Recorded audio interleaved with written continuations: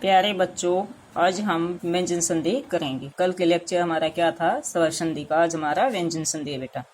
व्यंजन संधि के कुछ ट्रिक्स होते हैं, जैसे 3, 5 छत पर न में से, ये नियम है बेटा। अब व्यंजन संधि क्या होती है? किसी भी व्यंजन के बाद स्वर या व्यंजन आने पर जो परिवर्तन होता है उसे व्यंजन संधि कहते हैं बेटा। किसी भी व्यंजन के बाद स्वर भी आ सकता है या व्यंजन भी आ सकता है। व्यंजन के बाद व्यंजन भी आ सकता है और व्यंजन के बाद स्वर भी आ सकता है। उसमें जो आने पर जो परिवर्तन होता है उसे हम क्या कहते हैं? व्यंजन संधि। नियम देखे बेटा इसके। वर्ग के पहले वर्ण का तीसरा वर्ण में परिवर्तन, यानी कि वर्ग का पहला वर्ग कौन से? जिसका वर्ग च वर्ग, ट वर्ग, त वर्ग, प वर्ग, उसका पहले वर्ग, पहला वर्ण है ना, जो पहले वर्ण का किस में बदलना बेटा? तीसरे वर्ण में। जैसे क का क्या है? ग, च का क्या है? ज, ट का क्या है? ठ, त का क्या है? द, प का क्या है? ब। यह क्या है? तीसरा वर्ण, यानी कि वर्ग के पहले वर्ण को तीसरे वर्ण में बदलना। अब जैसे बेटा दिक जमा अंत, दिगंत, यानी कि क का किस में बदल गया? ग के अंदर। दिक जमा गज, दिग्गज, किस में बदल गया बेटा? ग में। अब दूसरा नियम क्या है बेटा? दूसरा नियम है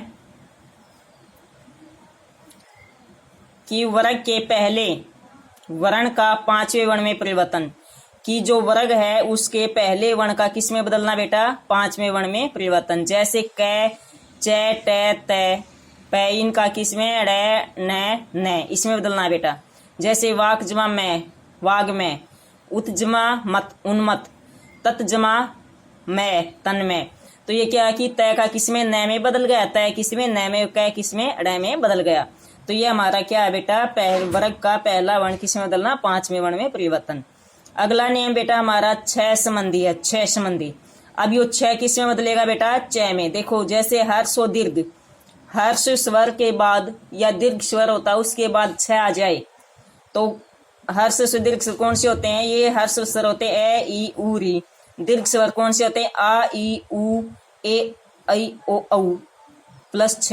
यानी कि हर्ष और दीर्घ स्वर के बाद छ आ जाए तो किस में बदल जाएगा? च में बदल जाएगा बेटा। किस में बदल जाएगा? च में बदल जाएगा। किस में बदलेगा? च में, च में बदल जाएगा। जैसे स्वच्छ जमा छंद, अब स्वच्छ जमा छंद, सव के अंदर है बेटा और आगे छ आ गया, छ प्लस में दे रखा है ना, ये छ आ गया, तो यहाँ पर बीच में आधा च आ जाएगा। क्या आ जाएगा? आधा च, स्वच्छंद। प्रील जमा छेद, प्रील छेद, च हो गया ना, इसमें छोटी दे दी बेटा और इसमें छ दे दिया, तो क्या बन गया? प्रील छेद। अनुजमा छेद, अनुच्छेद, तो यहाँ पर क्या बेटा? हर्ष स्वर, यानी कि हर्ष या दीर्घ स्वर के बाद छ आ जाए तो उसका क्या हो जाएगा? च बन जाएगा, आधा च बन जाएगा। क्या बन जाएगा? च बन जाएगा बेटा। फिर हमारा तय संबंधी नियम। अब तय संबंधी नियम क्या है बेटा? च को किस में बदलेंगे? छ में, ज, झ में, ट, ठ में, यानी कि च में, छ में बड़ा, च बड़ा, ज, झ में बड़ा, ज बड़ा है, ट, ठ में ट बड़ा है। इसमें क्या है बेटा? ई में, अड़ में अड़ बड़ा है। तो यहाँ पर क्या है बेटा? ये ल में ल ऐसे ही आएगा। ठीक है। अब जैसे उत जमा चारण, तय, तय है ना बेटा। अब तय देखो, तय संबंधी नियम है। उत जमा चारण, तय का क्या बन गया? आधा च बन गया। क्या बन गया? च बन गया। ठीक है। फिर हमारा क्या है? जगत जमा छाया, तय आ गया। तय के बाद फिर क्या बनेगा बेटा? छ, जगते छाया, तो यानी कि जग छाया। तय का क्या बन गया बेटा? क्या बन गया? च। ठीक है। जो हमारा तय है इसका च बन गया, तो यहाँ पर तय किस में बन जाएगा? च में बदल जाएगा, फिर ज में बदल जाएगा, ट में बदल जाएगा। जैसे सत जमा जन, सज्जन, ज में बदल गया ना। उत जमा ज्वल, उज्ज्वल, वृज जमा टिका, वृतिका, उत जमा डैन, उड्डैन। समझ में आए? ये हमारे किस में बदल जाएंगे बेटा? ये हमारे जैसे एडा दे रखे हैं ना, इनमें बदल जाएगा। तय संबंधी नियम है। यह तय संबंधी नियम क्या है बेटा? जो तय आ जाएगा वो च में बदल जाएगा, ज में, अड़ में, ये बदल जाएंगे बेटा। फिर हमारा अगला नियम क्या है बेटा? अगला नियम है जो तय है, तय श है, यानी कि तय किस में बदलेगा? च में, श किस में? छ में, तय किस में? द में है, जिसमें द में। तो ये देखना है कि तय आएगा ना, तय के बाद अगर श आ जाए, क्या आ जाए? स, तो क्या बन जाएगा बेटा, 6 बन जाएगा। क्या बन जाएगा, 6। यो है ना से का तय का तो 6 बन जाएगा आधा, तय का आधा 6 बन जाएगा, और से का क्या बन जाएगा बेटा, 6 बन जाएगा। ठीक है। अब देखो उदाहरण देखिए, जैसे सतजमा शास्त्र सत्य तय है बेटा, तय का 6 बन गया, और यो शय का क्या बना था, 6, तो सच शास्त्र। ठीक है। तो यहाँ पर क्या सतजमा शास्त्र है, तो तय कई जगह क्या हो गया, 6 हो गया, सह की जगह 6 हो गया। अब जैसे वत जमा हित वदित है की जगह क्या है, धय है की जगह क्या बन जाएगा बेटा, धय बन जाएगा। तो क्या बन गया यो तदित। उत जमा हार उद्धार। ठीक है, कि है की जगह धय बन गया बेटा। अब हमारा अगला नियम नए संबंधी नियम। नए संबंधी नियम क्या है, जो री रे से वे किस में बदल जाएंगे, नए किस में बदल जाएगा, अणे में। ठीक है, री रे से ये किस में बदलेंगे, नए में। अगर इनके बाद नए आ जाए, रियो रे से है, अगर इनके बाद में नए आ जाए तो किस में बदल जाएगा, अणे में बदल जाएगा। जैसे प्रिजमा नाम परिणाम, नाम हो गया ना ये, पजमान प्रमाण, राम जय रामायण, बदल गया ना बेटा ये। कंच कस जमाने कृष्ण, विष जमानु विष्णु, भर जमाने भरण, तो ये किस में बन गया, एण में, अणे में बदल गया।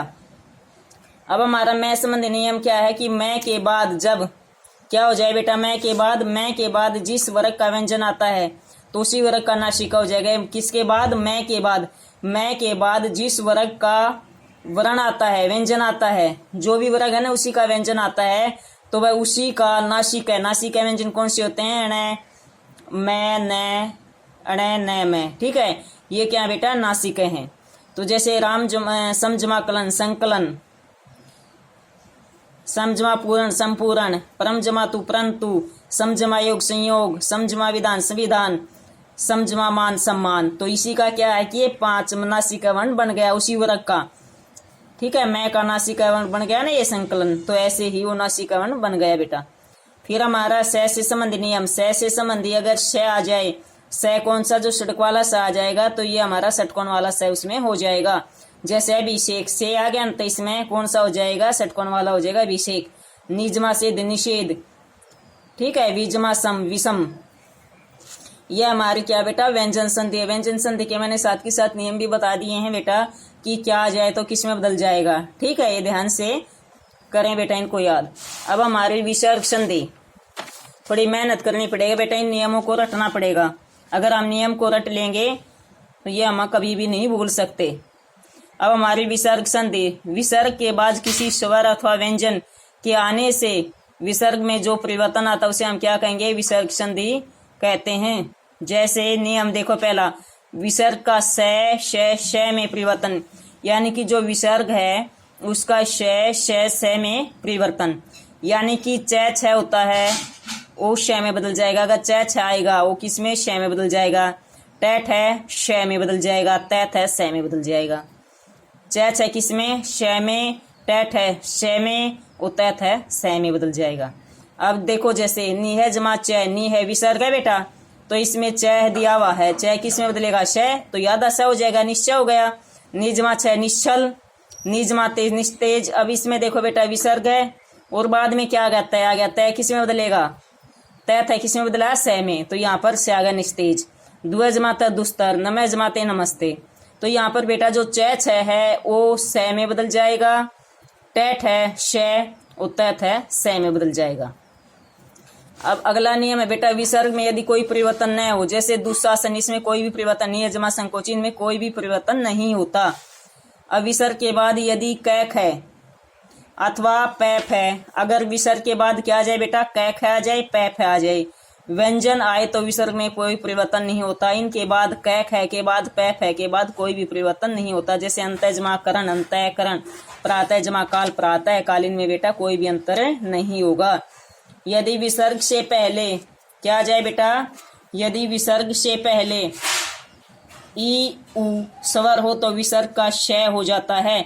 अगर विसर्ग से पहले क्या हो बेटा, ई उ, क्या हो, विसर्ग से पहले ई उ होगा तो वहां पर क्या बन जाएगा बेटा, श बन जाएगा। जैसे नी है जमा कपट निष्कपट, द्वे जमा का दुष्कर, नी है जमा पाप निष्पाप। ये सभी क्या बन गए बेटा, श बन गया।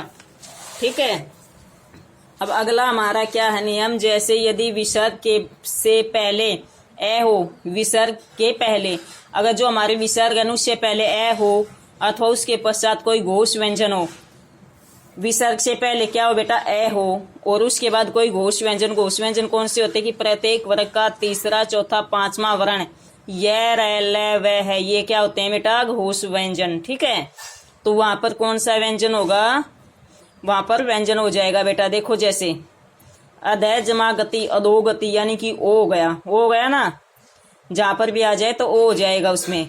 मैं जमा द पयोदय, सर जमा जय सरोजय है, पै जमा धरय पयोधरय, मन जमा रथ है मनोरथ है, मनोरथ, यश जमा दा यशोदा यानी कि ओ हो जाएगा बेटा वहां पर। ठीक है, विसर्ग से पहले ए होगा, इनमें सब में विसर्ग से पहले ए है ना, ए होगा और बाद में कोई भी ये स घोष यानी कि तीसरा चौथा पांचवा यह रह वह है वो, तो वहां पर क्या होगा, ओ हो जाएगा। ए या आ के बाद में कोई भी स्वर हो रह हो जाएगा, ए या आ के बाद में कोई भी स्वर हो तो रह हो जाएगा। जैसे दुहजमा भाग्य दुर्भाग्य, दुहजमा गम दुर्गम, निहजमा गुण निर्गुण। यदि विसर्ग के आगे रह व्यंजन हो, किससे आगे बेटा, विसर्ग से आगे रह व्यंजन हो तो विसर्ग का लोप हो जाता है, उसके पहले का हर्ष स्वर दीर्घ बन जाता है। जैसे नियजमा रोग निरोग यानी कि बड़ा बन जाएगा बेटा, निरोग में बड़ी की मात्रा आ जाएगी, छोटी की ना बड़ी की आ जाएगी। नियजमा रस नीरस, नियजमा रस नीरव, नियजमा रस नीरज। ठीक है बेटा, अब कुछ शब्दों के विसर्ग श में, जैसे नमजमाकार नमस्कार, पुरजमाकार पुरस्कार, तो ये क्या है, स आएगा बेटा। कुछ शब्दों के ऐसे विसर्ग होते हैं जैसे आएगा बेटा।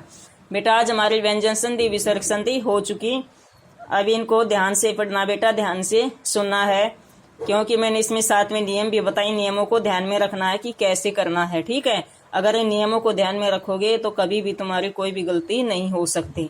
धन्यवाद।